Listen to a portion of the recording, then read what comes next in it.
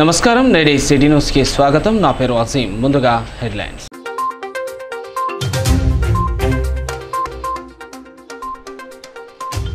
చెన్నూరు నియోజకవర్గం కోటపల్లి పోలీస్ స్టేషన్ను తనిఖీ చేసిన రామగుండం సిపి. ఫిర్యాదుదారులకు సత్వర సేవలు అందించాలన్న శ్రీనివాస్.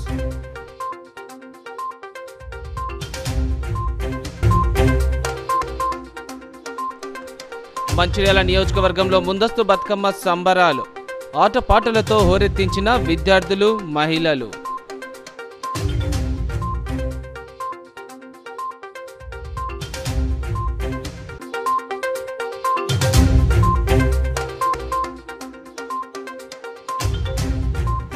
చెన్నూరు ప్రభుత్వ ఆసుపత్రిలో ఐసీటీసీ కేంద్రాన్ని పునఃప్రారంభించాలి. ఐసీటీసీ కేంద్రం లేకపోవడంతో రోగులు ఇబ్బందులు పడుతున్నారన్న బీఆర్ఎస్ నాయకులు.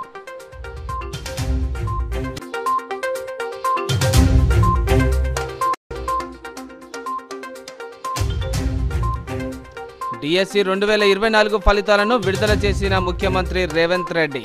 అక్టోబర్ 9న ఎల్బీ స్టేడియంలో అభ్యర్థులకు నియామక పత్రాలు అందజేస్తామని వెల్లడి.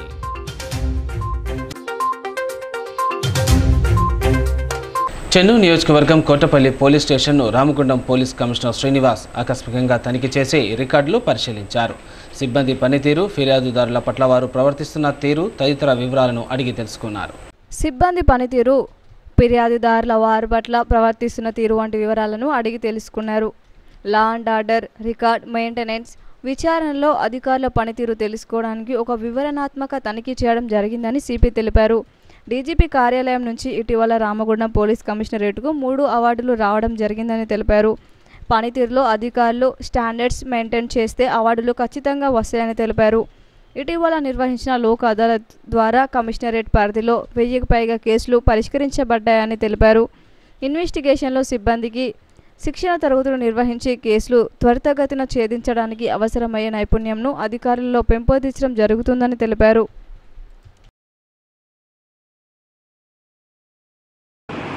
ఇది ప్రతి police station, circle office, ACP office, DSP office ఒక సంవత్సరంలో యూనిట్ ఆఫీసర్, సిపి కావచ్చు, ఎస్పీ కావచ్చు, మొత్తం అన్ని ఓవరాల్గా top to bottom law and order విషయంలో కానీ, తర్వాత రికార్డ్స్ మెయింటైన్ చేయాలని కానీ, తర్వాత ఇన్వెస్టిగేషన్లో ఎలా పనితీరు ఎలా తెలుసుకోవడానికి ఒక డీటెయిల్డ్ ఇన్స్పెక్షన్ చేయబడుతుంది. దాంట్లో భాగంగానే ఇక్కడికి రావడం జరిగింది.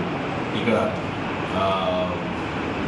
మిన్నెని మాట్లాడడం జరిగింది. మిన్న యొక్క గార్డ్ ఆఫ్ ఆనర్ తీసుకోవడం జరిగింది. గార్డ్ ఆఫ్ ఆనర్ బాగానే చేశారు. తర్వాత రిసెప్షన్ని కౌంటర్ చూశాను. రిసెప్షన్ అప్ టు డేట్గా ఉంది. తర్వాత పబ్లిక్ని ఇప్పుడు పబ్లిక్తో ఎట్లాగా బిహేవ్ చేస్తున్నారు, వాళ్ళ యొక్క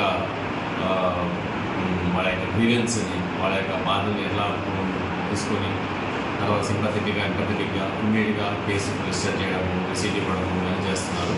రీసెంట్గా మా రామగుండంలో 3 అవార్డ్స్ రావడం జరిగింది. అది కూడా ఇది హైదరాబాద్ లెవెల్లో డీజీ ఆఫీస్ లెవెల్లో ఎవరికి తెలియకుండా చేసిన ఎంక్వైరీలో నిలంపల్లికి, వన్టౌన్కి, తర్వాత ధర్మాకి, తర్వాత అనేక పోలీస్ స్టేషన్కి దీనికి మనకి రావడం జరిగింది. సో ఇలా పనితీరులో స్టాండర్డ్ మెయింటైన్ చేస్తే డెఫినెట్గా అవార్డ్స్ వస్తాయి. తర్వాత నిన్న కూడా మా ఆఫీసర్స్ అందరూ నా ఇన్స్ట్రక్షన్ పాటించి చాలా కేసెస్, మోర్ దెన్ 3000 కేసెస్ ఈ లోక్ అదాలత్లో కంపౌండబుల్ కేసెస్ని లోక్ అదాలత్లో సాల్వ్ చేయడం జరిగింది. సో కమింగ్ డేస్లో ఇన్వెస్టిగేషన్ స్కిల్స్లో మేము బాగా ఆడితేయాలని వాళ్ళందరినీ గైడ్ చేయడం జరుగుతుంది. I hope they will do it. So far inspection, internal inspection start. Thank you. PLR bonus విషయంలో సింగరేణి యాజమాన్యం 4 సంఘాలతో జరిపిన చర్చలు సఫలమయ్యాయని, గతం కంటే పిఎల్ఆర్ బోనస్ను 8200కు పెరిగిందని ఏఐటీయూసీ నేత దాగం మల్లేష్ తెలిపారు. ఈ సందర్భంగా ఆయన మాట్లాడుతూ సింగరేణి యాజమాన్యంతో జరిగిన చర్చల్లో పిఎల్ఆర్ బోనస్ గతం కంటే అదనంగా 8200 పెరిగినట్లు తెలిపారు. కార్మికుల పండగ అడ్వాన్స్, కంపెనీ లాభాలలో 33% లాభాల వాటా కూడా కార్మికులకు రానుందని తెలిపారు. అలాగే కార్మికులు రిటైర్ అయిన రోజున హెల్త్ కార్డుతో పాటు కార్మికునికి రావాల్సిన సెటిల్మెంట్స్ అన్నీ కూడా పదవీ విరమణ రోజునే ఇవ్వడం జరుగుతుందన్నారు. సింగరేణి కాలరీస్ వర్కర్స్ యూనియన్ కార్మికులకు ఇచ్చిన హామీలను నెరవేరుస్తుందని కార్మికుల పక్షాన నిలబడి హక్కులను సాధిస్తుందన్నారు.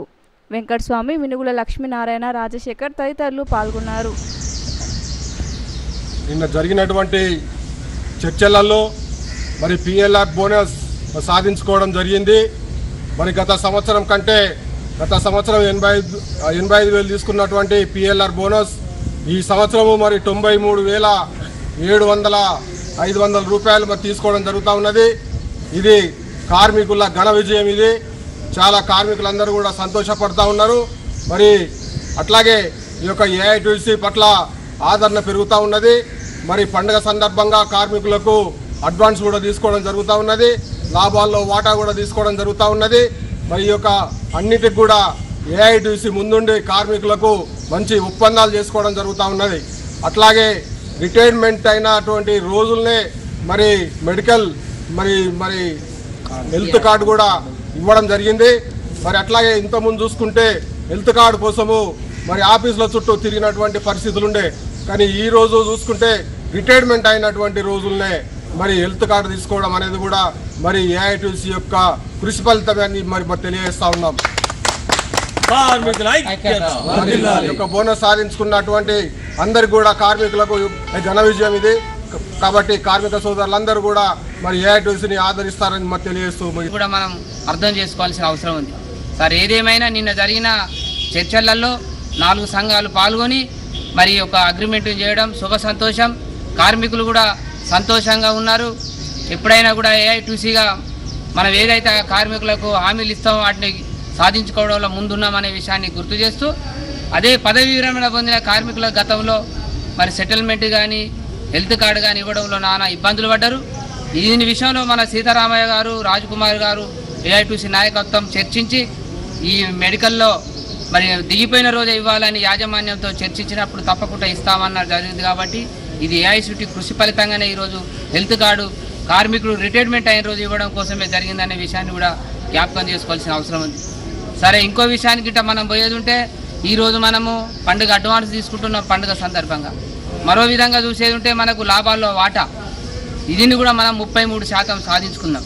కొన్ని కార్మిక సంఘాలు గిట్టనోళ్ళు, వాస్తవాన్ని తెలుసుకోనోళ్ళు ఈరోజు తప్పుడు ప్రకటనలు చేస్తున్నారు. దాన్ని ఏఐటీసీగా ఖండిస్తున్నాం. ప్రతి సంవత్సరం ఏ విధంగా అయితే మనకు మొత్తం లాభాలు వచ్చినాయో దాంట్లో ఏదైతే ప్రకటించలేదు గత ప్రభుత్వం, మనకి ఇచ్చేదాన్నే ప్రకటించారు. ఈ ప్రభుత్వం ద్వారా మన నాయకత్వం మొత్తం కూడా మనం ప్రకటించి కార్మికులకు 33% వచ్చే విధంగా ఏదైతే ఉన్నదో అమౌంట్ను మనం ప్రకటించడం జరిగింది.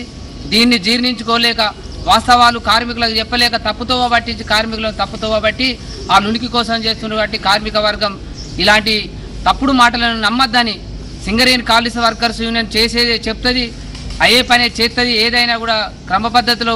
చెన్నూరులోని 50 పడకల ప్రభుత్వ ఆసుపత్రిలో ఐసీటీసీ కేంద్రాన్ని పునఃప్రారంభించాలని బీఆర్ఎస్ నాయకులు డిమాండ్ చేశారు.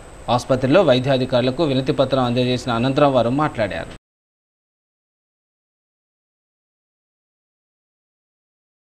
లక్షడిపేట మున్సిపాలిటీలోని పలు విద్యా సంస్థల ముందస్తు బతుకమ్మ పండుగ వేడుకలను ఘనంగా నిర్వహించారు.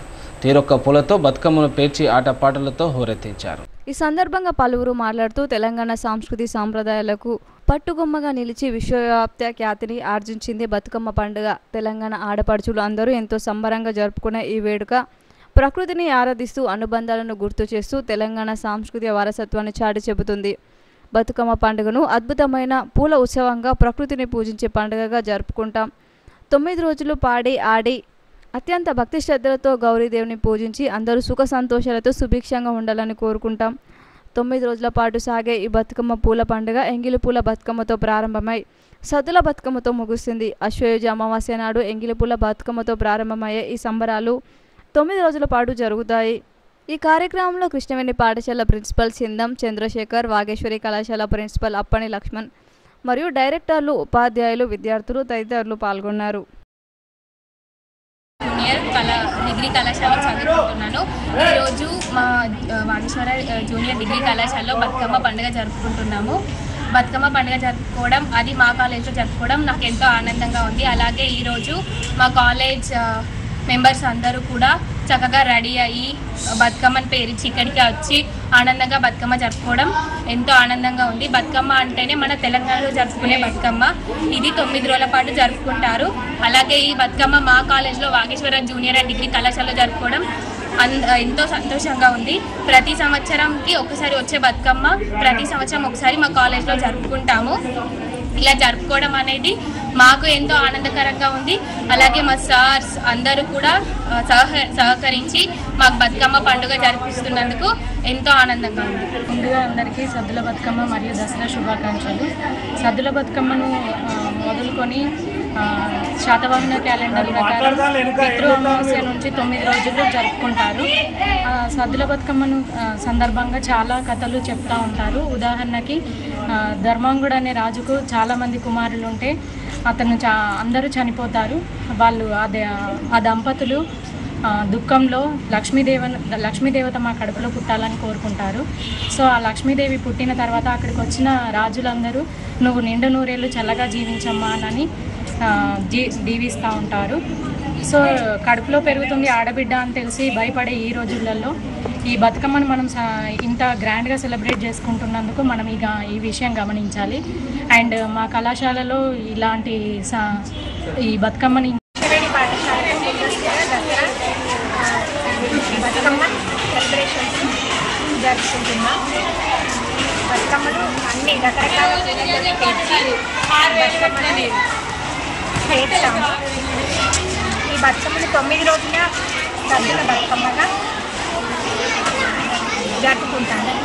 తెలంగాణలో అతిపెద్ద పండుగ దసరా పండుగ. పిల్లలందరూ చాలా రకరకాల పూలతో బతుకమ్మను పేర్చి ఎంతో సంబరంగా జరుపుకుంటున్నారు. అడ్వాన్స్గా సద్దుల బతుకమ్మ మరియు దసరా మా కృష్ణవేణి పాఠశాలలో దసరా సంబరాలు ఎంతో ఘనంగా జరుపుకుంటున్నాము. మా పిల్లలు మేము అందరం రకరకాల పూలు తెచ్చి బతుకమ్మను పేర్చి నైవేద్యాలతో బతుకమ్మ పేర్చి నైవేద్యాన్ని సమర్పించి ఎంతో ఘనంగా మా పాఠశాలలో ఈ బతుకమ్మ సెలబ్రేషన్స్ జరుపుకుంటున్నాము. మన తెలంగాణలో అతిపెద్ద పండుగ దసరా అండ్ సద్దుల బతుకమ్మ. ఈ పండుగని మేము ముందుగానే మా పాఠశాలలో జరుపుకోవడం జరుగుతుంది. మొదటి రోజు ఎంచుకున్న బతుకమ్మ, రెండవ రోజు అటుకుల బతుకమ్మ, మూడవ రోజు ముద్దపప్పు బతుకమ్మ, నాలుగవ రోజు నానబియ్యం బతుకమ్మ, ఐదవ రోజు ఆరవ రోజు అలిగిన బతుకమ్మ, ఏడవ రోజు పెన్నముద్ద బతుకమ్మ, 9వ రోజు 9వ రోజు సద్దుల బతుకమ్మ అని ఇలా 9 రోజులు బతుకమ్మ పండుగను జరుపుకోవడం జరుగుతుంది. అందరికీ అడ్వాన్స్ హ్యాపీ దసరా అండ్ సద్దుల బతుకమ్మ శుభాకాంక్షలు. మందమరి పట్టణంలోని భగత్ సింగ్ నగర్కు చెందిన రాజేష్ అనే యువకుడు హైదరాబాద్ కుకట్పల్లి నిజాం చెరువులో దూకి ఆత్మహత్యకు పాల్పడ్డాడు. రాజేష్ మృతికి బొంతుల వినయ్ చనిపోయాడని కుటుంబ సభ్యులు ఆరోపించారు. ఈ ఘటనపై కుటుంబ సభ్యులు వారి గృహం వద్ద సోమవారం మీడియాతో మాట్లాడారు. మృతుడు రాజేష్ సతీమణి కుసుమల మాట్లాడుతూ బొంతుల వినయ్ మోసం కారణంగా తన భర్త చనిపోయారని విలపించింది. ప్రేమ వివాహం చేసుకుని సంతోషంగా జీవిస్తున్న తమ జీవితంలోకి వ్యాపారుల పేరిట ఏఎస్ఐ కుమారుడు బొంతుల వినయ్ కుమార్ వచ్చి 10-20% వడ్డీలతో అక్రమ డబ్బులు వసూలు చేయడం జరిగిందని అన్నారు. సుమారు 50 లక్షల రూపాయల డబ్బులు మొత్తం ఇచ్చి ఇంకా 15 లక్షల రూపాయలు రావాలని వేధించడంతో ఏమి చేయాలని పరిస్థితులలో కుసుమల పేరుతో ఉన్న పెద్దపల్లి జిల్లా ఓదెల మండలం ఉప్పేర గ్రామంలోని 1 ఎకరం 12 గుంటల భూమి 50 లక్షల విలువ చేసే భూమిని వినయ్ స్నేహితుడు కొత్తపల్లి శ్రీనివాస్ పేరిట 2 సంవత్సరాల క్రితం అగ్రిమెంట్ చేసుకోవడం జరిగిందని అన్నారు. అగ్రిమెంట్ క్రమంలో ఒప్పందం ప్రకారం తమకు 30 లక్షలు ఇస్తామని చెప్పి 50 లక్షలు విలువ చేసే భూమిని రిజిస్టర్ చేసుకుని డబ్బులు ఇవ్వకుండా మోసం చేశారని అన్నారు. డబ్బుల విషయంలో పలుమార్లు కుసుమల మంచిర్యాలలోని వినయ్ ఇంటికి వెళ్ళినట్లు, వినయ్ కొత్తపల్లి శ్రీనివాసులు ఇతరులు కలిసి బెదిరింపులకు పాల్పడినట్లు తెలిపింది. ఆర్థిక ఇబ్బందులకి తమని నెట్టి 2 సంవత్సరాలకు భూమిని తీసుకుని డబ్బులు ఇస్తామని ఇవ్వకుండా మోసం చేసి బెదిరింపులకు గురి చేయడంతో మానసిక క్షోభకు గురయ్యారని అన్నారు. ఆర్థిక బలం, పోలీస్ బలం కలిగిన వినయ్ని ఎదుర్కోలేక రాజేష్ బుధవారం మధ్యాహ్నం సెల్ఫీ వీడియో తీసుకుని పలువురికి పంపించి బుధవారం రాత్రి బలవన్మరణానికి పాల్పడినట్లు తెలిపింది. బొంతుల వినయ్ కొత్తపల్లి శ్రీనివాస్ బెదిరింపులకు పాల్పడిన వారి మిత్రులపై చట్టరీత్యా చర్యలు తీసుకోవాలని రాష్ట్ర ప్రభుత్వానికి స్థానిక ఎమ్మెల్యేను కోరారు. మోసం బెదిరింపులతో అక్రమ రిజిస్ట్రేషన్ చేసుకున్న భూమిని రద్దు చేస్తూ రెవెన్యూ మంత్రి పొంగులేటి శ్రీనివాసరెడ్డి, మంత్రి దుద్దిల శ్రీధర్ బాబు, పెద్దపల్లి జిల్లా కలెక్టర్, ఓదెల మండల ఎంఆర్ఓలు చర్యలు తీసుకుని తమకు న్యాయం చేయాలని వేడుకున్నారు.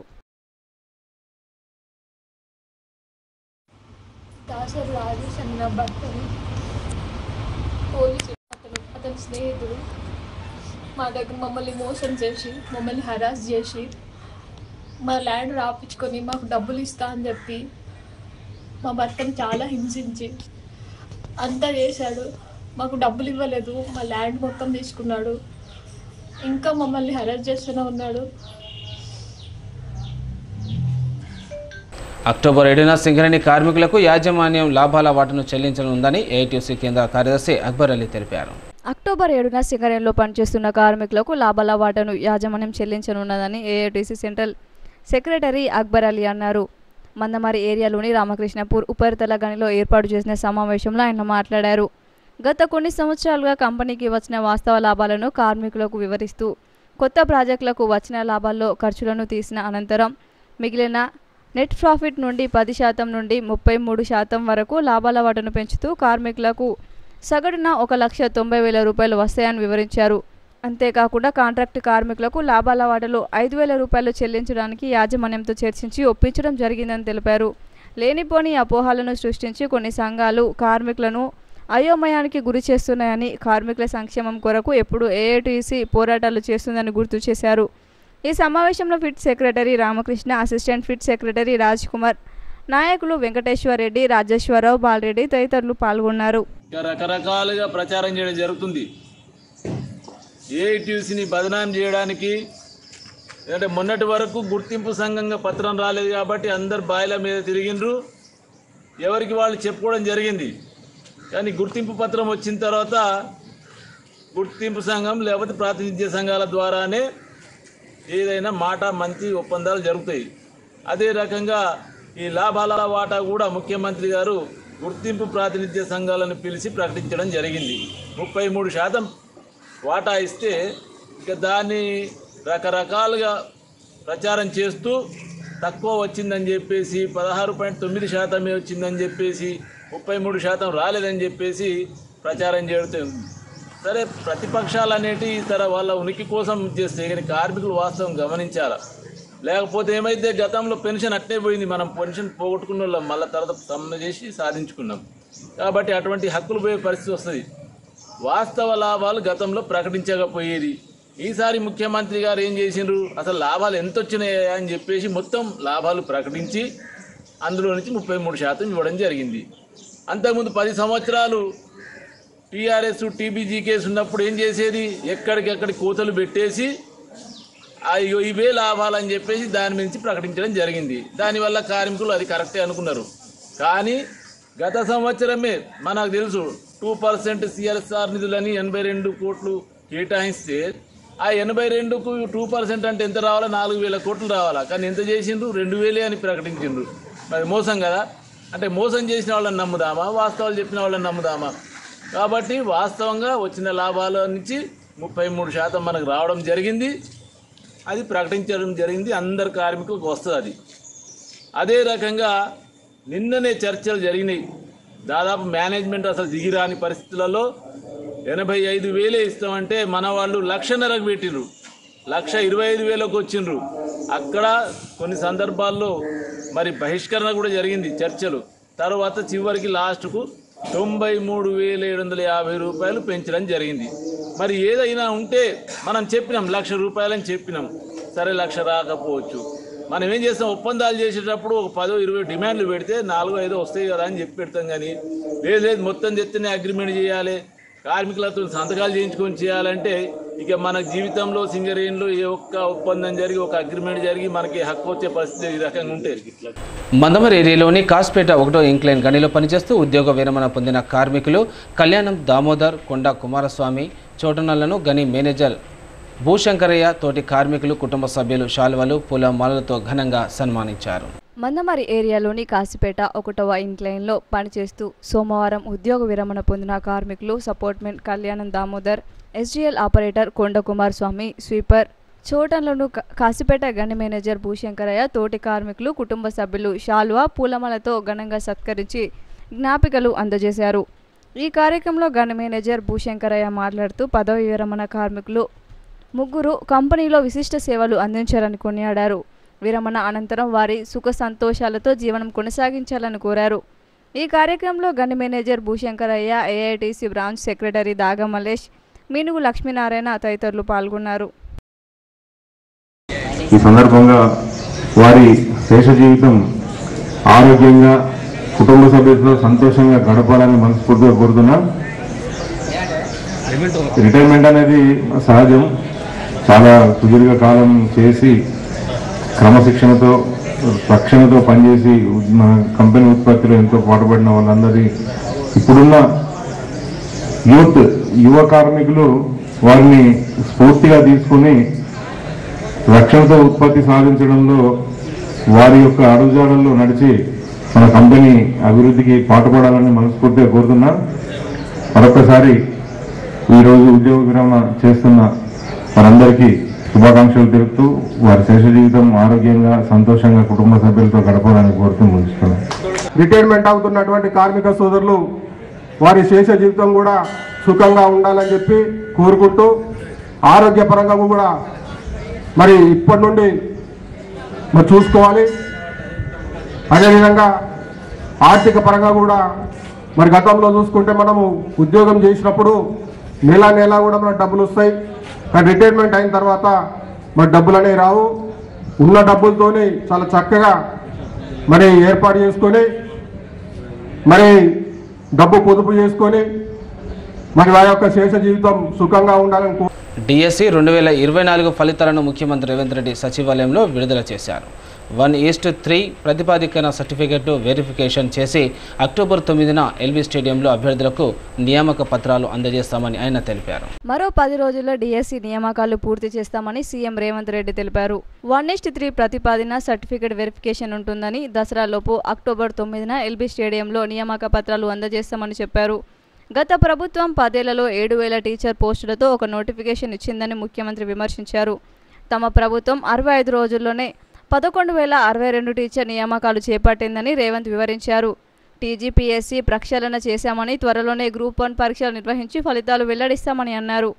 పాఠశాల ఫీజుల నియంత్రణపై త్వరలో కమిటీ వేస్తామని సీఎం తెలిపారు. నిర్వహించి ఈరోజు ఈ ఫలితాలను విడుదల చేయడం జరిగింది. ఈ ఫలితాలు ప్రధానంగా 1:3 ప్రాతిపదికన ఫలితాలను ప్రకటించి వాళ్ళ సర్టిఫికెట్ వెరిఫికేషన్స్, వాళ్ళ యొక్క మిగతా వివరాలను సంబంధిత జిల్లా కలెక్టర్లు అధికారులు వెరిఫై చేసి ఫైనల్ నియామకాలు దసరా పండుగలోపు, తెలంగాణలో మీకు అందరికీ తెలుసు దసరాకున్న ప్రాధాన్యత. దసరా పండుగ అనేది మనకు సంతోషాన్ని తీసుకువచ్చే పండుగ. ప్రతి కుటుంబము ఎంత పేదవాడైనా దసరా పండుగను చాలా సంతోషంగా జరుపుకోవడం తెలంగాణ సాంప్రదాయం. ఆ దసరా పండుగ లోపలనే 9 అక్టోబర్ 2024 నాడు ఈ సర్టిఫికెట్ల వెరిఫికేషన్లు పూర్తి చేసి ఎల్బీ స్టేడియంలో ఈ 11,062 మంది టీచర్ల నియామక పత్రాలు వాళ్ళకు అందించడం ద్వారా రాబోయే దసరా పండుగ వాళ్ళ కుటుంబాలలో సంతోషాన్ని, పండుగ వాతావరణాన్ని తీసుకురావాలని చెప్పి మా ప్రభుత్వం. మూసి ప్రక్షాళన అనేది పెద్ద స్కామ్ అని బీఆర్ఎస్ వర్కింగ్ ప్రెసిడెంట్ కేటీఆర్ ఆరోపించారు. తెలంగాణ భవన్లో ఆయన మీడియాతో మాట్లాడుతూ ప్రభుత్వంపై ధ్వజమెత్తారు. సీఎం రేవంత్ రెడ్డి నేతృత్వంలోని కాంగ్రెస్ సర్కారుపై బీఆర్ఎస్ వర్కింగ్ ప్రెసిడెంట్ మాజీ మంత్రి కల్వకుంట్ల తారక రామారావు మండిపడ్డారు. కాంగ్రెస్ అధికారంలోకి రాకముందు ఇచ్చిన హామీలు, చేసిన వాగ్దానాలు ఏంటి, అసలు అధికారంలోకి వచ్చాక చేస్తున్నదేంటి అంటూ ప్రశ్నించారు. మూసి ప్రక్షాళన అనేది పెద్ద స్కామ్ అని కేటీఆర్ మండిపడ్డారు. తెలంగాణ భవన్లో ఆయన మీడియాతో మాట్లాడుతూ 2,400 కిలోమీటర్లు ఉండే గంగానది ప్రక్షాళనకి కేంద్ర ప్రభుత్వం 40,000 కోట్లు ఖర్చు చేసిందని, అదే 55 కిలోమీటర్ల మూసి సుందరీకరణకు 1,50,000 కోట్లు అవుతుందనే దీన్ని స్కామ్ అనే అంటారని అన్నారు కేటీఆర్. కూల్చే పరిస్థితి వస్తే ముందు కూల్చాల్సింది హుస్సేన్ సాగర్ నాల మీద ఉన్న హైడ్రా కార్యక్రమాన్ని కూల్చండి అంటూ కేటీఆర్ విమర్శించారు. దమ్ముంటే ముందు పర్మిషన్ ఇచ్చిన వాళ్ళ మీద చర్యలు తీసుకో అంటూ ముఖ్యమంత్రిపై మండిపడ్డారు. ఆనాడు ఏ అధికారులు అయితే పర్మిషన్ ఇచ్చారో వాళ్ళ మీద చర్య తీసుకోవాలని డిమాండ్ చేశారు. తాము హైదరాబాద్లో చెరువులు వాటి FTL బఫర్ జోన్ల గురించి 2016లో జీవో ఇచ్చేదాకా తమ ప్రభుత్వాలు ఎందుకు పట్టించుకోలేదని కేటీఆర్ మండిపడ్డారు. కాంగ్రెస్ వాళ్ళు కనుగోలు గారు ఏదో కొత్త టీం పెట్టిండట 500 మందిని పెట్టి ప్రచారం ఎట్లాంటి వీళ్ళంతా ఆక్రమణదారులు, వీళ్ళందరూ కూడా FTLలో కట్టిండ్రు, బఫర్ జోన్లో కట్టిండ్రు. అంటే మరి ఇన్ని రోజులు గుడ్డి గుర్రాల పనులు తోమిరా మీ ప్రభుత్వాలు? గతంలో కాంగ్రెస్ ప్రభుత్వాలు 50 ఏళ్ళ మీ నిర్వాహకమే కదా. ఇవాళ వాళ్ళందరూ ఇంత అవస్థలు పడ్డానికి కారణం 50 ఏళ్లలో ఎన్నడన్నా పట్టించుకున్నారు? ఇగో ఇది 2016లో మా ప్రభుత్వం వచ్చిన తర్వాత ఫస్ట్ టైం హైదరాబాద్లో చెరువులు వాటి యొక్క FTL వాటి బఫర్ జోన్లు డ్రా చేస్తూ ఫస్ట్ టైం ఒక జీవో ఇచ్చిన ప్రభుత్వం మా ప్రభుత్వం 2016లో. అంటే అది వరకు 1956 నుంచి 2016 వరకు అంటే సరిగ్గా 60 ఏళ్ళు ఒక్కరంటే ఒక్క ప్రభుత్వం కాంగ్రెస్ ఉన్నా మిగతా ప్రభుత్వాలు ఉన్నా కనీసం వాటి బౌండరీస్ కూడా డ్రా చేసే ప్రయత్నం చేయలేదు. ఎట్లా వస్తే అట్లా పట్టాలు ఇచ్చారు, రిజిస్ట్రేషన్లు చేశారు, FTL చూడలేదు, బఫర్ చూడలేదు, ఏది చూడలేదు, కట్టి పారేసిండ్రు, ఇచ్చి పారేసిండ్రు. ఈరోజేమో ఇప్పుడు 2024 సంవత్సరంలో వచ్చి మీరు ఆక్రమణదారులు, మీరు తప్పు చేసిండ్రు. నేను అడుగుతా ఉన్నా, మీకు దమ్ముంటే చేత అయితే మొదలు ఎవరైతే పర్మిషన్ ఇచ్చిండ్రో వాళ్ళ మీద చర్య తీసుకోవాలి. హైకోర్టు కూడా అదే చెప్పింది కదా. ఎవరైతే పర్మిషన్ ఇచ్చిండ్రో ఆనాడు, ఎవరైతే అధికారులు, ఎవరైతే ఆనాడున్న ప్రభుత్వాలు, ఎవరెవరైతే ఈ ఆక్రమణలను మీరు ఈరోజు ఆక్రమణలు అంటున్నారు కదా, వాటిని ప్రోత్సహించిన వాళ్ళు ఉన్నారో మీ ప్రభుత్వాలే గతంలో, వాళ్ళ మీద చర్య తీసుకో. ఎందుకు మరి మేము 2016లో వచ్చి ఈ జీవో ఇచ్చేదాకా ఎందుకు మీ ప్రభుత్వాలు ఎన్నడూ పట్టించుకోలేదని నేను అడుగుతా ఉన్నా. ఇవన్నింటికి మించి లక్షలాది మంది జీవితాలు అంధకారం చేస్తా అంటే ఒక మాట అడుగుతా ఉన్న ముఖ్యమంత్రి, నేను మీ ప్రాధాన్యం ఏంది అసలు? ప్రజలకిచ్చిన మాట నిలబెట్టుకుంటావా? ప్రజలకిచ్చిన మాట ఏంటిది? మీరు రైతులకు రైతు భరోసా అన్నారు, రైతు కూలీలకు నెలకు 1000 రూపాయలు ఇస్తా అన్నారు, ఆటో డ్రైవర్లను బాగా చూసుకుంటాం నెలకు 1000 రూపాయలు ఇస్తా అన్నావు, మహిళా సోదరిమణులను కోటీశ్వరులను చేస్తా అన్నావు, నెలకు 2500 అన్నావు. అది ఏది చేయకపోగా దానికి దేనికి పైసలు లేవట. దానికి మాత్రం పైసలు లేవు, చేతులు రావు, మనసు రాదు. కానీ 1,50,000 కోట్లు ఒక మూసీ ప్రాజెక్టు. నేను ఒకటి ప్రజావాణి కార్యక్రమంలో వచ్చిన దరఖాస్తును సత్వరమే పరిష్కరించడానికి సంబంధిత అధికారులు చర్యలు తీసుకోవాలని సిద్దిపేట జిల్లా కలెక్టర్ మాను చౌదరి ఆదేశించారు. సమీకృత జిల్లా కార్యాలయ సముదాయంలోని సమావేశ మందిరంలో నిర్వహించిన ప్రజావాణి కార్యక్రమంలో భాగంగా జిల్లాలోని వివిధ ప్రాంతాల నుండి తమ సమస్యల జిల్లా అదనపు కలెక్టర్ శ్రీనివాస్ రెడ్డితో కలిసి జిల్లా కలెక్టర్ వినతులను స్వీకరించారు. ఈ సందర్భంగా జిల్లా కలెక్టర్ మాట్లాడుతూ ప్రజలు తమ సమస్యలు పరిష్కారం అవుతాయని నమ్మకంతో ప్రజావాణి కార్యక్రమానికి వచ్చేసి అందజేసి ఫిర్యాదులను క్షుణ్ణంగా పరిశీలించి అర్హతల మేరకు వెంటనే పరిష్కరించే దిశగా అధికారులు కృషి చేయాలని జిల్లా కలెక్టర్ అధికారులకు సూచించారు. జిల్లాలో పరిష్కారం కోసం వచ్చేసిన ప్రజల నుండి మొత్తం 46 దరఖాస్తులు తీసుకున్నట్లు తెలిపారు. ఈ కార్యక్రమంలో డిఆర్ఓ నాగరాజమ్మ, డిఆర్డే పీడీ జయదేవ్ ఆర్య మరియు జిల్లా అధికారులు తదితరులు పాల్గొన్నారు. సిటీ న్యూస్ ముగించే ముందు హెడ్లైన్స్ మరోసారి.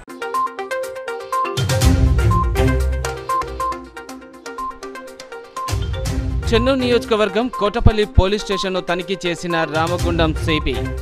ఫిర్యాదుదారులకు సత్వర సేవలు అందించాలన్న శ్రీనివాస్.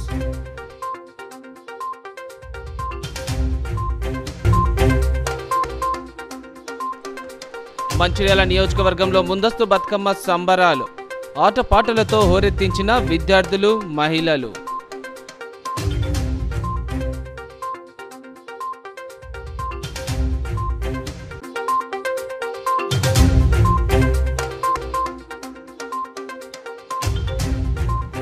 చెన్నూరు ప్రభుత్వ ఆసుపత్రిలో ఐసీటీసీ కేంద్రాన్ని పునఃప్రారంభించాలి. ఐసీటీసీ కేంద్రం లేకపోవడంతో రోగులు ఇబ్బందులు పడుతున్నారన్న బీఆర్ఎస్ నాయకులు.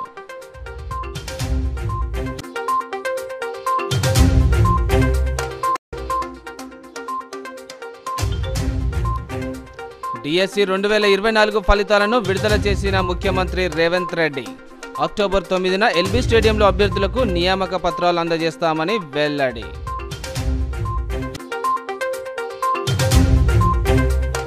నేటి సిటీ న్యూస్ ఇంతటితో సమాప్తం. తిరిగి ప్రసారమైన సిటీ న్యూస్తో మళ్ళీ కలుసుకుందాం. అంతవరకు సెలవు. నమస్కారం.